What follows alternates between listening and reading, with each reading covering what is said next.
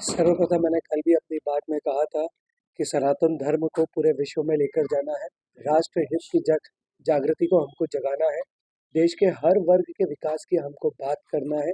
इन सब चीज़ों को लेके और स्वर्णिम भारत को बनाने के लिए मैंने अपना टिकट को उठाया, मैंने अपने फॉर्म को उठाया है और ये त्याग सिर्फ इसलिए करा है कि सनातन धर्म को पूरे विश्व में लेकर जा पाए। अक्षय जी, कांग्रेस के संयुक्त पटवारी भी आप पर लगातार हमला हो रहे हैं। वो कह रहे हैं कि बहुत टिकट जिनको नहीं मिला वो जाते तो उतना नहीं लगता, लेकिन टिकट मिलने के बाद आप आ रहे हैं और आपने पार्टी के साथ धोखा किया। अ, हर जमाने में एक टैगलाइन होती है, अगर कलयुग की मैं बात करूँ तो संघे शक्ति कलयुग है। संघे शक्ति कलयुग है मतलब अगर कलयुग में अगर किसी को आगे बढ़ना है तो वो सिर्फ और सिर्फ संघ और संगठन की शक्ति से ही आगे बढ़ सकते हैं। तो ये लाइन मैं इसलिए भी दे रहा हूँ कि जो बाकी लोग मेरे बारे में बात कर रहे हैं वो इस पर विचार करें और इस पर चिंतन करें। कांग्रेस के बारे में क्या कहना चाहेंगे? संगठन के बारे में, राहुल गांधी के बारे में? मैंने एक लाइन में पूरी परिकाष्ठा कर दी, संघे शक्ति कलयुग है, जहाँ संगठन होगा वहीं राम राज्य आएगा। कांग्रेस के लोग कह रहे हैं आपने डर के मारे और फुटबॉल के कारण अपने पार्टी बदली है, सत्य है क्या? अगर ऐसा होता तो जो आदमी विधानसभा 4 से टिकट मांग रहा था, जिसको कि हम अयोध्या कहते हैं और मध्य प्रदेश की सबसे टफ सीट मानी जाती है, अगर उस सीट से वो काम करने की ताकत रखता है तो उसके मन में कोई डर और भय की बात करना पूरी बेईमानी है। अक्षय जी, एक केस के बारे में लगातार दिख रहा है, जी, धारा 360 जिस केस में बढ़ाई गई, बिल्कुल। क्या कहेंगे उस केस को लेकर? बिल्कुल, मैं आपको ये बताना चाहता हूँ कि मैं पिछले 25 साल से कार्यरत हूँ और इस 25 साल में मात्र एक केस मेरे ऊपर चल रहा है और उसी की बात कर रहे हैं, जो 307 की बात कर रहे हैं। 307 का जो केस है उसके अंदर कोर्ट ने ये कहा है कि प्रथम दृष्टया, प्राइमा फेसिया इसको कहते हैं, प्रथम दृष्टया ऐसा लगता है कि 307 पे भी विवेचना होनी चाहिए।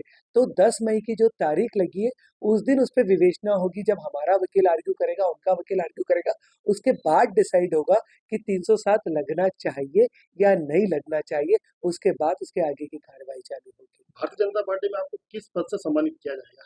मैं तो सिर्फ यहाँ पे एक नन्हा सा कार्यकर्ता बनने आया हूँ और बहुत खुश हूँ कि पिछले 24 घंटे में 18 घंटे मुझे कैलाश जी भाई साहब ने हाथ पकड़ के बोलना सिखाया और इसलिए पहली बार आज अलीराजपुर में आप लोगों के बीच में आया हूँ तो अपना भाषण दिया है।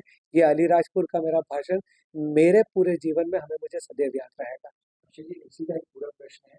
आरोप ये भी लगाई है कांग्रेस की कोई डील हुई है किसी पद को लेकर के, कोई डील, क्या भविष्य देखते हैं भाजपा में? जो आदमी का नामांकन फॉर्म में जीरो से अर्श तक गया हो तो वो क्या डील करेगा?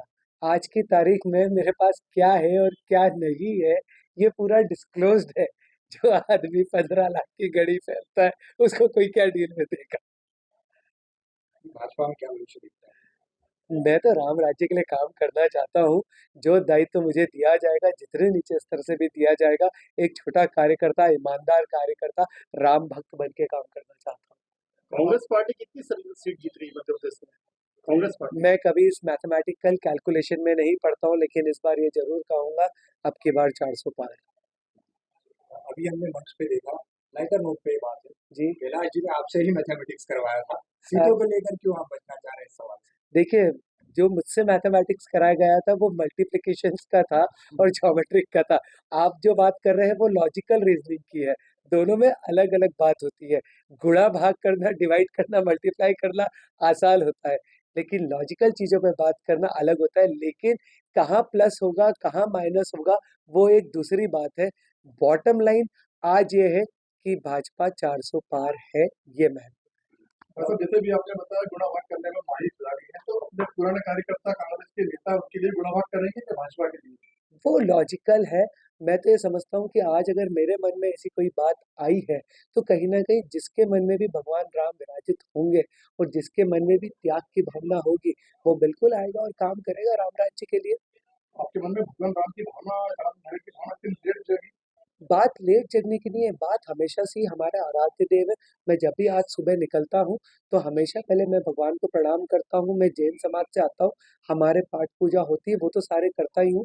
उसके अलावा हनुमान चालीसा, बजरंग बाण भी करता हूँ और ये मेरा दैनिक दिनचर्या का हिस्सा है। लेकिन मुझे ऐसा लगता है कि आज जब हम कलयुग में रहते हैं, जहाँ हर आदमी कर्मवीर बनना चाहता है, हर आदमी पैसे कमाना चाहता है, अपने घर को आगे बढ़ाना चाहता है, उसके साथ-साथ ये भी महत्वपूर्ण है कि उसके दिल में धर्म भी होना चाहिए। उसके दिल में भगवान के लिए आस्था भी होनी चाहिए, उसको भी अपने आराध्य देव को मानना चाहिए, उसके मन में भी संस्कार होना चाहिए। तो ये देश संस्कार और संस्कृति का है, और संस्कार अगर किसी के मन में आते हैं और उसको आगे बढ़ाते हैं, तो इसमें कोई गलत नहीं है। यदि आप ये वीडियो YouTube पर देख रहे हैं तो हमारे चैनल को सब्सक्राइब करें और बेल आइकन को दबाना ना भूलें। अगर आप Facebook पर ये वीडियो देख रहे हैं तो हमारे पेज को लाइक करें। आप हमारे WhatsApp चैनल बंसल न्यूज को फॉलो कर हर दिन लाइव अपडेट्स भी पा सकते हैं।